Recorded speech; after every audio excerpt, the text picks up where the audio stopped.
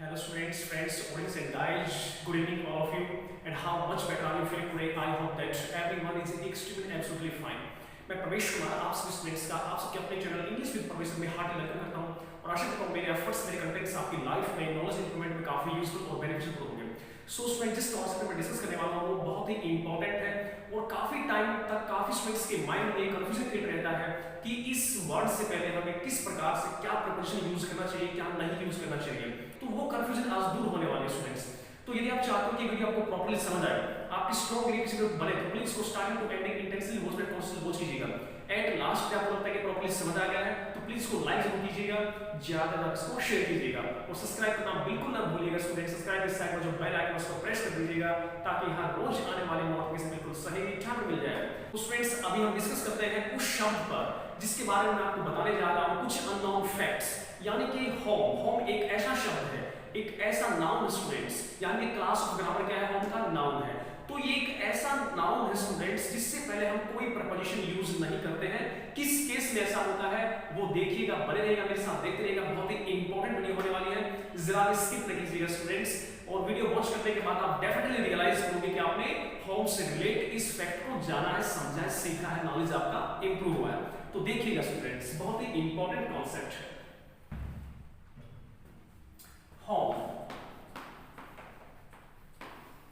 Home students एक ऐसा noun है, यानी कि यदि हम बात करें कि व्हाट इज होम, होम क्या है, in which class of grammar we find home, यानी कि किस क्लास ऑफ ग्रामर में हम होम को पाते हैं। यदि मैं आपसे ये क्वेश्चन करता हूं कि व्हाट इज होम, होम क्या है, घर क्या है, तो ये डिफरेंस आपको पता होना चाहिए कि होम एंड हाउस में क्या डिफरेंस होता है। यानी कि होम उस जगह को बोलते हैं, उस स्ट्रक्चर को बोलते हैं जहां फैमिलीज रहती हैं, यानी कि one family, more than one families वहां रहती है स्टूडेंट्स। और उनका जो बॉन्डिंग होती है, यानी कि जो मेमोरीज होती हैं जिनको हम मिस करते हैं, हम कुछ डिस्टेंस पर होते हैं, यानी कि एक प्रकार से आप यूं समझिएगा, कंक्लूजन की बात करें कि एक ऐसा स्ट्रक्चर जो सीमेंट, चूना, पत्थर, ईंट से बना हुआ है और जिसमें रिश्ते बनते हैं, राइट, जो कि हम रिश्तों से एक दूसरे से जुड़े होते हैं, एक इमोशनली अटैचमेंट आपस में होती है मेंबर्स की। तो वो इमोशनली अटैचमेंट के बिहाफ पर, रिलेशंस, रिश्तों के बिहाफ पर जो हम एक दूसरे की रिस्पेक्ट करते हैं, या फिर माइंड में जो मेमोरीज होती हैं जिससे हम अपने जो नॉन होते हैं उनको मिस करते हैं, यदि वो कहीं चले जाते हैं, तो ये सारा जो प्रोसेस होता है जिससे हम इमोशनली अटैच हैं, तो वो एक होम बनता है। और यदि हम लोकेशन की बात करें, फिजिकल स्ट्रक्चर की बात करें, उसमें कितना मटेरियल यूज हुआ है उसकी बात करें, दीवारों की बात करें, विंडोज की बात करें, डोर्स की बात करें, तो वो हमारा हाउस बनता है, राइट। यानी कि सिंपल चीज क्या है कि जो इमोशनली जो हमारी अटैचमेंट है वहां हम रहते हैं, मेंबर्स रहते हैं, हम एक दूसरे को मिस करते हैं, एक दूसरे की अब्सेंस में, तो होम हो गया, ओके, जिससे हम इमोशनली अटैच हैं। और दूसरी साइड जो स्ट्रक्चर होता है, बिल्डिंग जो है, तो बिल्डिंग को हम हाउस कहते हैं और उसके अंदर रहने वाले जो परिवार होते हैं, जो सदस्य होते हैं जिनसे हम अटैच होते हैं, वो जो चीजें हैं वो होम में काउंट होती है, राइट। तो होम कब बनता है, जब वहां सदस्य रहते हैं, और यदि सदस्य ना रहे तो वो खाली बिल्डिंग क्या है, हाउस होती है। तो आप ऐसा समझ सकते हो।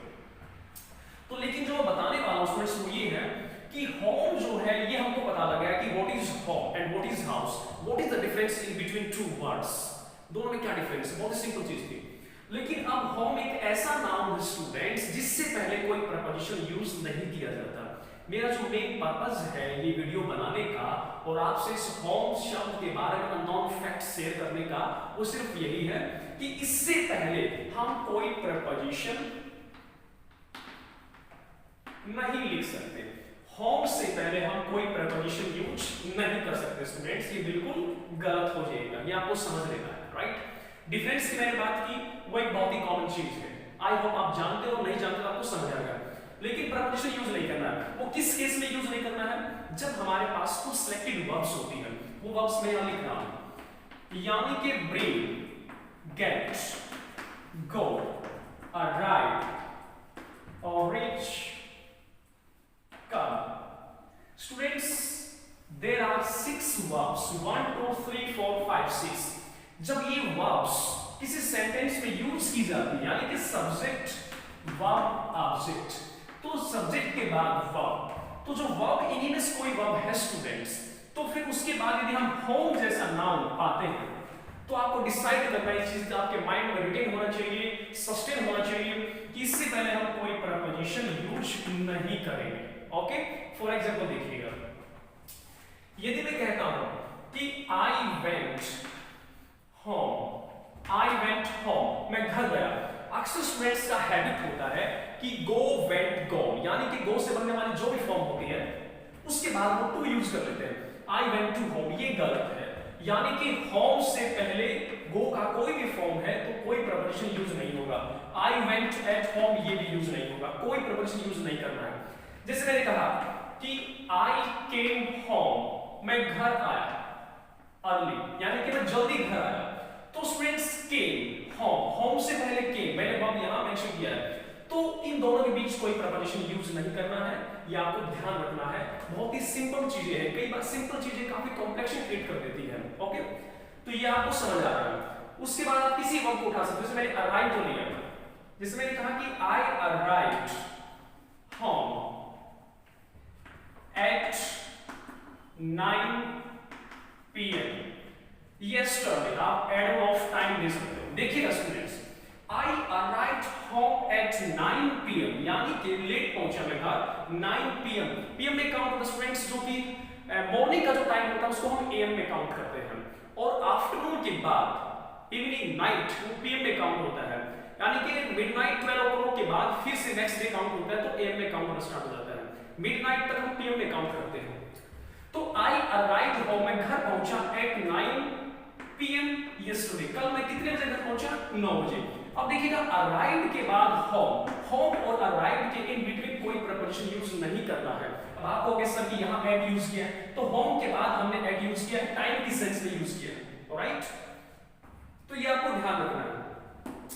अब रीच की बात करें, यानी कि पहुंचना, जैसे मैंने कहा कि आई रीच्ड होम, मैं घर पहुंचा विद माय एल्डर ब्रदर, मैं अपने बड़े भाई के साथ घर पहुंचा।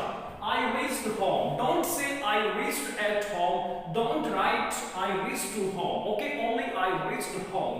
तो home से पहले ये वर्ब है, इनमें से कोई भी वर्ब 1 2 3 4 5 6, इन 6 वर्ब्स में से कोई भी वर्ब आती है स्टूडेंट्स फॉर्म से पहले, तो वहां कोई प्रपोजिशन यूज नहीं करेंगे, ध्यान रखना आपको। हाँ, हम एक केस में प्रपोजिशन यूज कर सकते हैं स्टूडेंट्स। तो यहां तक आपको ये समझ आ गया, यदि हमको 6 वर्ब्स मिलती है सेंटेंस के अंदर, तो वहां हम कोई प्रपोजिशन यूज नहीं करेंगे। मैंने एग्जांपल यहां शेयर किए हैं, इसके द्वारा आप इस चीज को समझ सकते हो। अब आप कहोगे सर कि क्या कोई ऐसी सिचुएशन है जहां हम होम से पहले प्रपोजिशन यूज कर सकते हैं? तो हम बिल्कुल कर सकते हैं स्टूडेंट्स, लेकिन हम केवल 2 प्रपोजिशन यूज कर सकते हैं। वो किस केस में यूज कर सकते हैं वो देखिएगा। मैं इरेज कर रहा हूं, ध्यान दीजिएगा स्टूडेंट्स, बहुत ही सिंपल कॉन्सेप्ट है।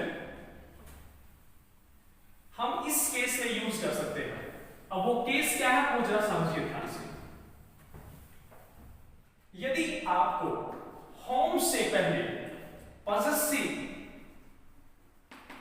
एडजेक्टिव मिलता है स्टूडेंट्स, पॉजेसिव एडजेक्टिव यानी कि हमारे पास जो प्रोनाउन होते हैं, फर्स्ट पर्सन की बात करें, सेकंड पर्सन या फिर थर्ड पर्सन। फर्स्ट पर्सन में आई और वी इंक्लूडेड होते हैं, सेकंड पर्सन में यू होता है, थर्ड पर्सन में ही सी इट दे, ये हमारे पास प्रोनाउन होते हैं। Personal pronoun first person, second person, third person. अब आई का जो पॉजेसिव एडजेक्टिव स्टूडेंट्स वो माई होता है, वी का पॉजेसिव एडजेक्टिव आर होता है, यू का पॉजेसिव एडजेक्टिव यूर होता है, ही का पॉजेसिव एडजेक्टिव हिज होता है, सी का पॉजेसिव एडजेक्टिव हर होता है, और इट का पॉजेसिव एडजेक्टिव इट्स होता है, और दे का पॉजेसिव एडजेक्टिव स्टूडेंट्स देयर होता है। तो ये हमारे पॉजेसिव एडजेक्टिव होते हैं। आई का पॉजेसिव एडजेक्टिव माई हुआ, वी का आर, यू का your, he his, she her, it its and they their. यदि होम से पहले ये पॉजेसिव एडजेक्टिव हमको मिलते हैं स्टूडेंट्स, तो फिर हम सिर्फ 2 प्रपोजिशन का यूज कर सकते हैं, ओनली 2।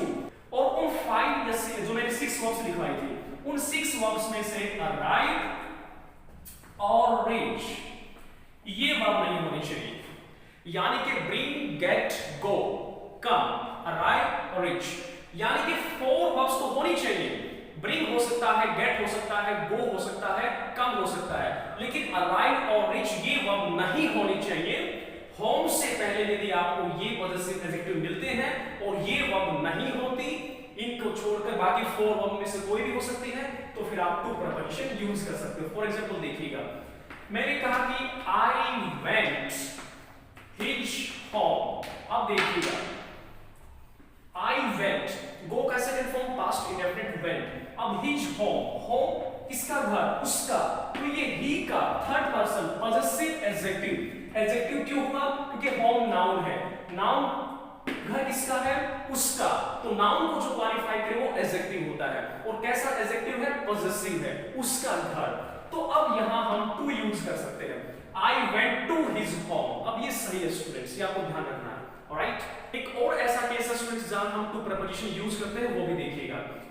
यदि हम पॉजेसिव केस, ये हमारा पॉजेसिव एडजेक्टिव है, लेकिन पॉजेसिव केस के हमारे पास काफी होते हैं, ध्यान दीजिएगा। एपोस्ट्रोफे एस, एपोस्ट्रोफे एस हमारा पॉजेसिव केस है स्टूडेंट्स, इसका हिंदी होता है का, के, की। ओके, जैसे मैंने कहा राम्स बुक, राम्स बुक, राम की किताब। ओके, राम की किताब, तो एपोस्ट्रोफे एस का हिंदी क्या होगा, का, के, की। ये रिलेशन बताता है, संबंध बताता है, तो पॉजेसिव केस हुआ ये हमारा। ओके, तो अगर पॉजेसिव केस एपोस्ट्रोफी एस मिलता है तो भी हम टू प्रपोजिशन यूज कर सकते हैं, वो भी इन दो वर्ब को छोड़कर बाकी फोर वर्ब्स की सेंस में काम कर सकते हैं। वो देखिएगा, जैसे मैंने कहा कि आई डिसाइडेड, मैंने फैसला किया, टू गो जाने का, राम्स होम, राम के घर। आई डिसाइडेड टू गो, मैंने फैसला किया टू गो जाने का, राम्स होम, राम के घर। तो यहां हम बच्चे टू प्रपोजिशन यूज कर सकते हैं, क्योंकि राम्स होम, राम का घर, राम के घर जाने का, तो ये एपोस्ट्रोफे एस का, के, की सेंस को बता रहा है। तो इस सेंस में भी हम गो के बाद सिर्फ टू प्रपोजिशन यूज कर सकते हैं। तो स्टूडेंट्स आपको ये समझना है कि जो मैंने फर्स्ट केस बताया वहां 6 वर्ब के साथ जो हम होम नाउन यूज करते हैं बाद में, तो उन वर्ब और होम के बिटवीन हम कोई प्रपोजिशन यूज नहीं करने वाले हैं, राइट। दूसरे केस में यदि होम से पहले आपको पॉजेसिव एडजेक्टिव मिलता है और ये वर्ब नहीं है, इनको छोड़कर 4 वर्ब्स मिलती हैं, ब्रिंग, गेट, गो, कम, तो फिर हम सिर्फ टू प्रपोजिशन यूज करेंगे। एग्जांपल आपके सामने, I went to his home. और थर्ड केस में हमने क्या बताया कि यदि आपको पॉजेसिव केस एपोस्ट्रोफे एस मिलता है, जिसका हिंदी होता है का, के, की, राम्स बुक, मोहन्स पेन, मोहन का पेन, तो उस केस में भी हम टू प्रपोजिशन यूज कर सकते हैं इन दो वर्ब को छोड़कर बाकी 4 वर्ब्स के साथ। आई डिसाइड, मैंने फैसला किया, टू गो जाने का, राम्स होम, राम के घर, तो इससे पहले हम टू यूज कर सकते हैं यदि होम से पहले एपोस्ट्रोफे एस लिखा हुआ है। ऑलराइट, तो स्टूडेंट्स ये था होम से रिलेटेड कुछ अननोन फैक्ट्स, आशा करता हूं आपको समझ आए होंगे। फिर भी कोई डाउट स्टूडेंट्स आप कमेंट बॉक्स में शेयर कर सकते हो। तो स्टूडेंट्स आज वीडियो में इतना ही, मिलते हैं नेक्स्ट वीडियो में नेक्स्ट वर्ड के कुछ अननोन फैक्ट्स के साथ। तब तक के लिए thanks for this video, thank you very much, take care, keep studying, keep enjoying, bye guys and best of luck.